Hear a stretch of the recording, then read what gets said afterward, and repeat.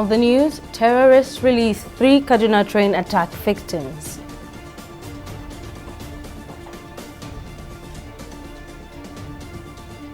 Emotions run high as relatives of Kaduna train attack beg federal government to intervene.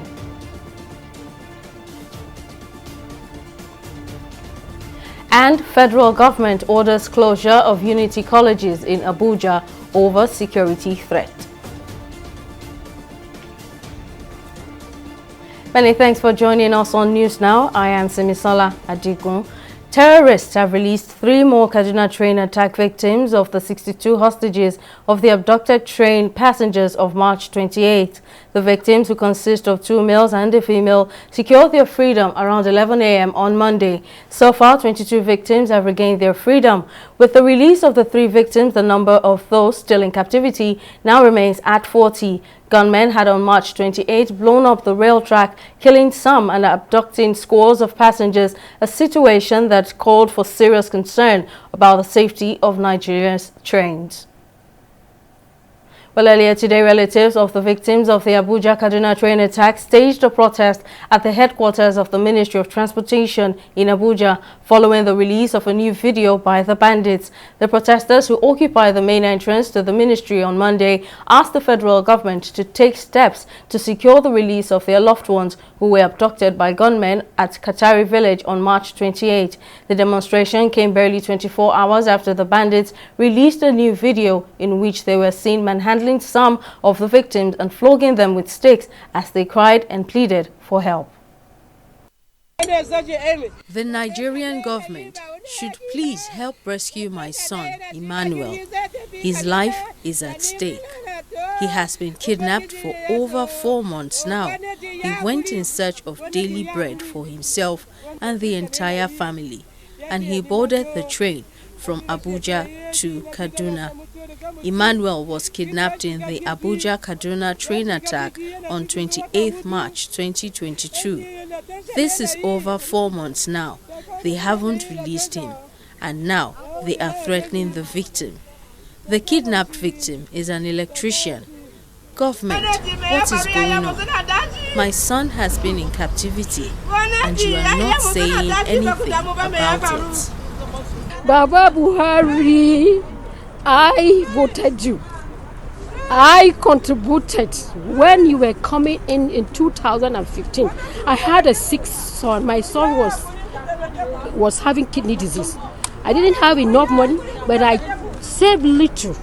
With my husband, we contributed for you to become the president of this nation because we love you so much. We are begging you for that love that we had for you before we voted you in, for you to look at us with mercy.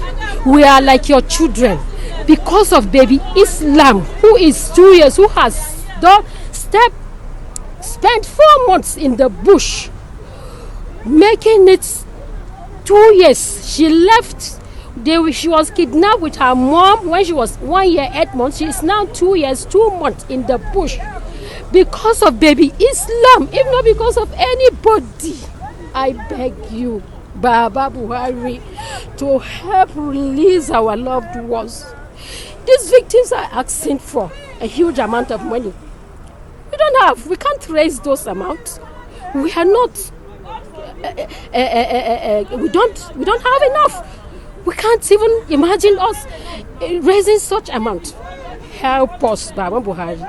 Help us. You are the only one that we are looking onto, and God Almighty. Well, to discuss more on this development, Dennis Amakri, former Assistant Director, Department of State Services, DSS, joins me now. Thank you very much for your time. Now, we've seen the video released by the terrorists and the relatives pleading with the federal government to intervene. But what do you think the federal government is doing enough to rescue these victims? Thank you very much for having me. It's really sad listening to, the relatives of these victims, And I think the responsible arm of government, the responsible agency, I think should come out and do something about it. we have said it time and time over again that the proper procedure is not followed when, hostages like this are taken, because we need these families especially cannot be coming down there protesting and begging. They should be reached out. The outreach should be towards them, where the families, even the government should be taking care of them, talking to them, telling them what is going on, giving them hope, so that, and then, of course, ensuring that rescue operations are underway, because we cannot continue like this. We know the kind of enemy we are dealing with right now, and these terrorists are just there, ready to kill and maim and do whatever they do. And of course, they are being so emboldened that they feel they can challenge, the Nigerian government and the president. So I think it's time for us to take some decisive action, and then deal with them, because I believe in the security agencies of this country that they can bring this down, effectively. Okay, so what more do you think can be done to, in terms of intelligence, to see that there is no recurrence of this sort of event? Well, like I said, the first thing to be done is to take this thing as a hostage situation. You have to take it as a hostage situation. And then, of course, make sure that there is a proper team that is negotiating. And, of course, put a standby special squad, because that is what we need. And like the police was trying to train some SWAT, special weapons and tactics. Where are they? This is the time for them to react. They could not shy away from saying that these boys with those AR-15s are going to scare them away, and we know where they are. So, like the Kaduna State Governor has said, we should look out for them, and then, of course, tactically go there and remove the hostages. If they can come to our Kuje prison to remove people, we should be able to go ahead and do that same thing there. If we need help, we can talk to our friends. The United States, when they came in here to extract a single person, the Nigerian security forces helped them. And they should be able to reciprocate that kind of help in removing this, going ahead and removing these hostages. And then, of course, deal with these people, because we've played with them for too long. Hopefully action is taken to secure the release of the other victims. Dennis Amakri, former Assistant Director, Department of State Services, many thanks for your contribution. The Nigerian government has ordered the immediate closure of the Federal Government College Kwali in the Kwali Area Council of the Federal Capital Territory FCT Abuja over threat of attack by bandits.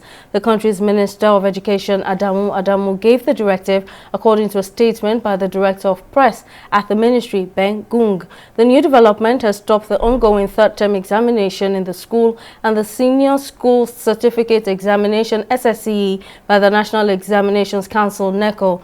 But the ministry says it will communicate to the students how and when they will sit for the examinations they may miss as a result of the abrupt shutdown. Meanwhile, President Muhammadu Buhari has once again reaffirmed his administration's commitment to tackling the nation's security challenges, saying he will leave no stone unturned in crushing bandits and terrorists wreaking havoc in several parts of the country. The president, in a statement on Sunday by his spokesman Garba Shehu, said the service chiefs have been kept on their toes to ensure that banditry and terrorism are decisively addressed. In another statement reacting to the recently released video of the Abuja Kaduna train attack victims, the presidency condemned the terrorists for using what he described as propaganda to compel the government to yield to their demands. The presidency maintained that the nation's security forces are not helpless but will not delay their tactics to the media. The Radical Agenda movement in the Nigerian Bar Association, Ramimba, has expressed displeasure over the conduct of the #EndSARS Judicial Panel of Inquiry both in Lagos and Oyo states. The chairman of Ramimba, Adeshina Ogunlano, made this known at a press briefing on Monday in Lagos. Ogunlano explained that the victims, labeled as armed robbers, have been remanded in prison since their arrest over a year ago and have been denied proper judicial attention. The group also accused the Lagos state government of giving hush money to some of the victims and called on the Attorney General of Lagos to withdraw the charges against the victims as they are innocent. We call on the Oyo State government to end the agony of these innocent and EndSARS protesters and withdraw the information filed against them or do the necessary by diligent prosecution. Despite the findings of the Okuobi EndSARS panel set up by the very government, to the contrary, has made clandestine overtures to many identified victims of the murderous attack of October 2020 and has given them behind-the-door funds in what concerned observers have described as more or less being hush money. What you do as a government, as anybody who's accountable, is that you communicate to the lawyers your intentions for the clients, not that you call clients behind and you start dealing with them. And we pointed out to a few of those who called us that we are not going to be a part of such a shenanigan. Let government communicate their intention to us if they are sincere. If they are ready to prosecute these guys, they should present the video CCTV recorded of this on so day. Then we should continue the trial. So our demands before him, these guys should be released unconditionally. They are not criminals.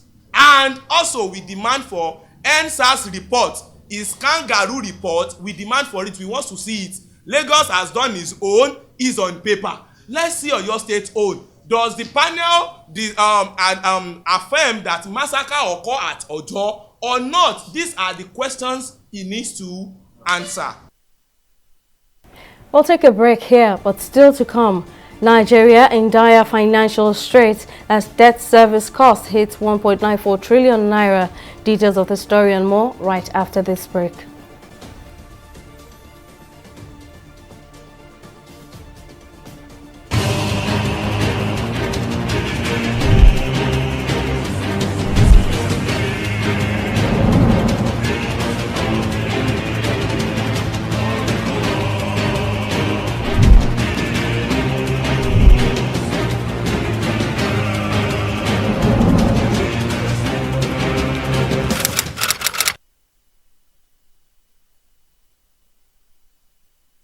Nigerians, elections are here again. Let us shun violence. Let us play the game according to the rules. Do not be a thug. Say no to violence. Let's rise and defeat violence, crime, and sabotage against the peace of our nation. Nigeria is the only country we have. We must do everything to keep it united. We must avoid any act that promotes hate and disintegration. Say no to separatist movement, terrorism, fake news, hate speech, religious bigotry, and any act that tends to divide us as a nation. Watch out for strange gatherings and suspicious movements. Restrict access to sensitive documents and data, the disclosure of which may damage national security. Educate your staff and family, particularly on measures to safeguard information and report security breaches. Apply relevant legal security guidelines to protect yourself and your neighbors. Due to misinformation and wrong choices, some idle persons resort to vices in their greed to get rich quick. They resort to kidnapping, killings for rituals, and other heinous crimes. Avoid wrong use of the social media. Before you broadcast that false message, think twice. Ask whether it will promote peace or violence. For safety at home, still be security conscious. Educate your household on safety tips. Report all suspicious movements and persons to the security agencies nearest to you.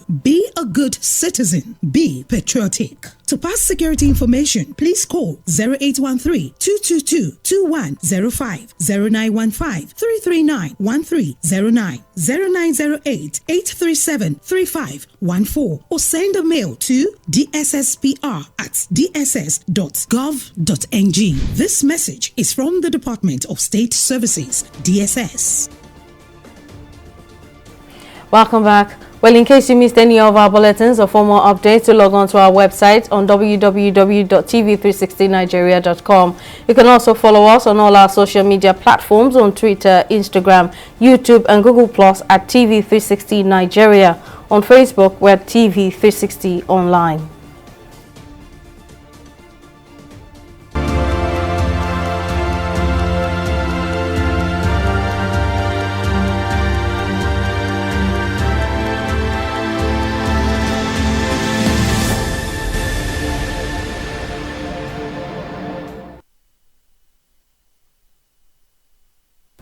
Welcome back.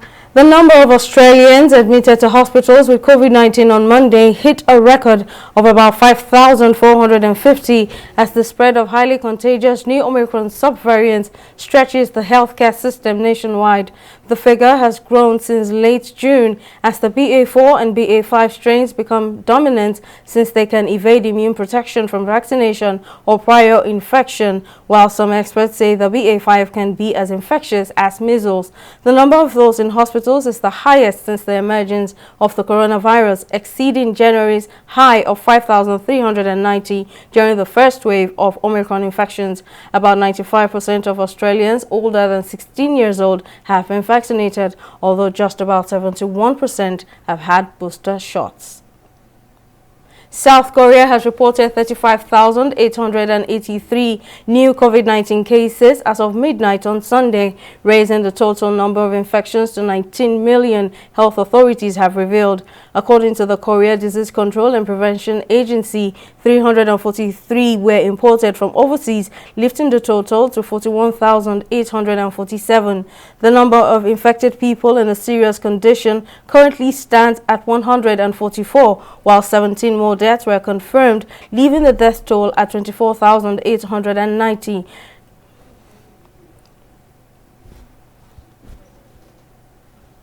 We'll go on a short break here and we'll be back with updates in business. Stay with us.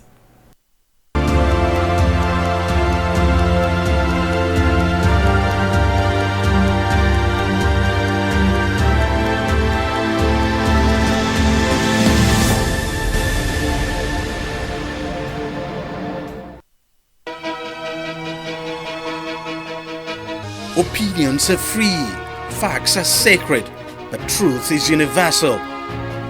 How, in practical terms, can we, for instance, de-escalate the tension? President must see himself as the President of the Federal Republic. We know where the enemy is. 3 places. The Lake Chad Basin, the border area between Nigeria and Cameroon, and then the Sambisa Forest.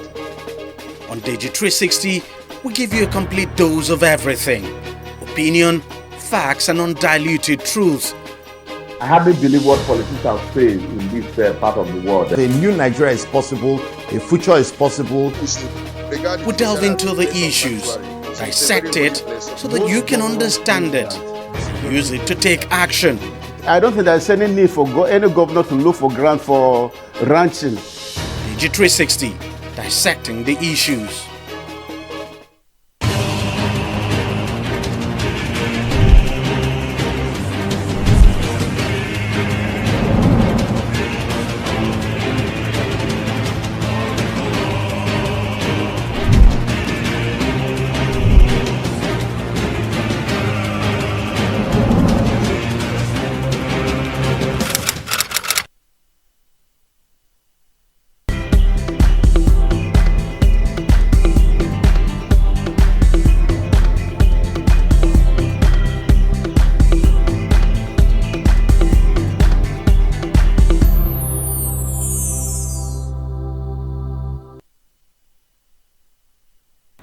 Welcome back. Aisha Adebayo is on standby with updates in business. Over to you, Abisola.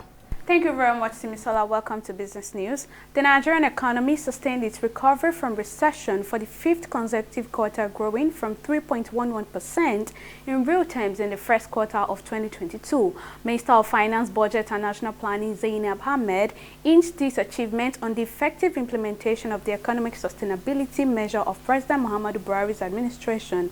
She also gave a review of the performance of the 2022 budget between January and April 2022. Our correspondent Folashade Ogunride tells us more in this next report. If there were doubts that Nigeria is in dire financial straits, the revelations by the Minister of Finance, Budget and National Planning, Zainab Ahmed, painted a clear picture about the real state of the nation's economy. At the unveiling of the Medium Expenditure and Fiscal Strategy paper in Abuja, the Finance Minister revealed that the country's debt service in the first quarter of 2022 was at 1.94 trillion naira. Given that the total revenue for that quarter was at 1.630 trillion naira, what this means is that the federal government spent more than was earned to service debt, as additional 310 billion naira was borrowed to complete debt service.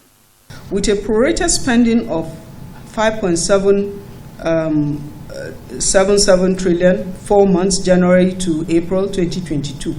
The actual spending as at 31st of April 2022 was 4.72 trillion. Of this amount, 1.94 trillion was for debt service, 1.26 trillion was for personnel costs, including pensions, and as at April, 773.63 billion has been spent on capital expenditure. The total performance of the capital of the aggregate expenditure is almost 80%. Giving further details of the 2023 to 2025 MTEF FSP, Ahmed explained that the projections have deviated from the National Development Plan of 2021 to 2025 on the basis of the country's current economic realities. In the MTEF, real GDP growth is projected to be 3.75% in 2023, and it will go up to 3.30%, go down to 3.30% in 2024. The inflation rate is projected to be 17.16% year-end average for 2023, and it will go up to 16.1% in, that is, having gone up from an average of 16.11% for 2022. The recurring issue of fuel subsidy payments cropped up at the MTEF. Feeding questions from reporters, the Minister of State for Finance, Budget and National Planning, Clem Agba, said the continuous payment of petrol subsidy is hurting not only the present, but also the future state of the nation's economy. I think that the time to remove the subsidy was yesterday. We are only eating away our future. And that is what some people call consumption economy. I find it difficult to understand a situation where citizens say that they want homeland. And then when the government wants to break eggs so that they can produce omelette, they say, no, don't break the eggs. So it's a decision that Nigerians will have to take. Because if you look at scenario one, it means that we will not have any capital expenditure next year.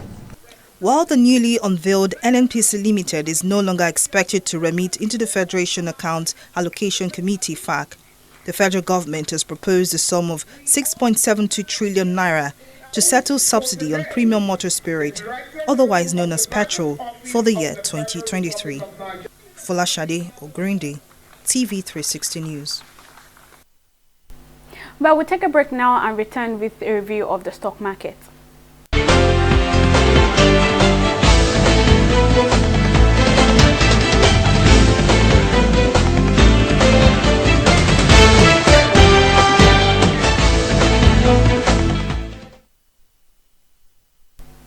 equities trading at the Nigerian Exchange Limited goes southward today to close the first trading session of the week on a negative note. At the close of trading, the all-share index closed at 551.400 basis points, declining by 1.11%. The market capitalization also lose a total of 312 billion naira after the series of bargain hunting on the floor of the NGX, which is why today it closed at 27 trillion naira. The record negative close today was driven among others by MTN Nigeria PLC, which led the decliners after its share price dropped by 16 naira. Also, sell-off investment bank United Capital underpinned the market's weak performance, having depreciated by over 5% at the close of trading today. On the flip side, as our gainers list for today, CAP PLC and Nigerian Aviation Handling Company PLC led the gainers list as they recorded a combined 2 naira 25 kobo at the close of trading. Our market summary sees a total volume of 988 million units of shares valued at 2.5 billion naira exchanging hands in 4,314 deals. Although the market happened in the negative today, investors are still expected to continue stock picking anticipation of the half-year earnings season. On the foreign scene, moving on, the FTSE, the Dow Jones and the Nikkei. The FTSE and the Dow Jones are in the positive territory. UK's FTSE rose on Monday, supported by banks and commodity stocks in a choppy session, with data showing Britain's industrial output slowed, but tentative signs of price pressures coming off their peak. US stocks, the Dow Jones also climbed on Monday morning, looking to rebound from Friday's stock market sell-off. Meanwhile, Japan stocks Nikkei could not managed to keep its head above water. At the close of trading today, it recorded 0.77% decline. That's all on stock market report. Back to Simisola for the rest of the news. Many thanks, Abisola. On the foreign scene, the European Union's executive arm has approved a smallpox vaccine for use against monkeypox after the World Health Organization, WHO, declared it spread a global health emergency. The Danish drug maker that developed the jab, Bavarian Nordic, in a statement revealed the European Commission extended the marketing authorization for the company's smallpox vaccine, Imvanex, to include protection from monkeypox, in line with a recommendation by the EU's medicines watchdog. On Saturday, the WHO declared the monkeypox outbreak, which has affected nearly 16,000 people in 72 countries, to be a global health emergency. Sprint hurdler Oluwatobi Amusan has won Nigeria's first World Championships gold medal and a world record of 12.12 seconds in the early hours of Monday at the Oregon 2022 Athletics Championship in the U.S. Amusan, who had smashed the world record in the semi-final, where she clocked 12.12 seconds, powered over the line at Hayward Field in 12.06 seconds. The 25-year-old has been in the form of her life in recent times, breaking the African record 3 times in the space of 10 months, and finally striking gold on the biggest of stages is the befitting way to end her wait for World Championship medal. Now to speak more on Amusan's victory, sports analyst Kunle Sholaja joins me now. Welcome, Kunle. It's amazing what Tobi Amusan has achieved for herself and for Nigeria. Now, what do you make of this feat? This is splendid and it's too beautiful for our eyes and for our ears to hear it. It's the first time any Nigerian will win the gold medal at the World Athletics Championship. The World Athletics Championship is almost similar to what we talk about in football as the FIFA World Cup. So for anybody to win a medal here, you are a global icon, especially in athletics. And what is more is the fact that for the first time ever, somebody is breaking the world record twice in one night.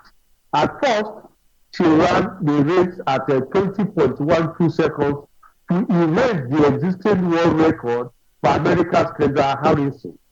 And hours later, or let me say minutes later, she was in the final, and it was an incredible race, running 12.06, bringing the first world record down by almost 12 seconds. That's the fastest anybody would have expected. I'm happy with her, considering the frustration that she may have gone through in the past. You remember that last year at the Olympics, she came fourth. During the last World Championship in Doha, she came fourth. Now, At the global level, she has come first, and I'm happy for her. It's the first time the Nigerian anthem was ever sung in a public address system at the World Athletics Championship. She's the hero of the moment. I really rejoice with her, and I congratulate her, like many other Nigerians we do. Well, Kunle Sholaja, sports analyst, thank you very much for your time and your contribution. Well, that's our package on News Now. Many thanks for watching. I'm Simisola Adigun. Bye for now.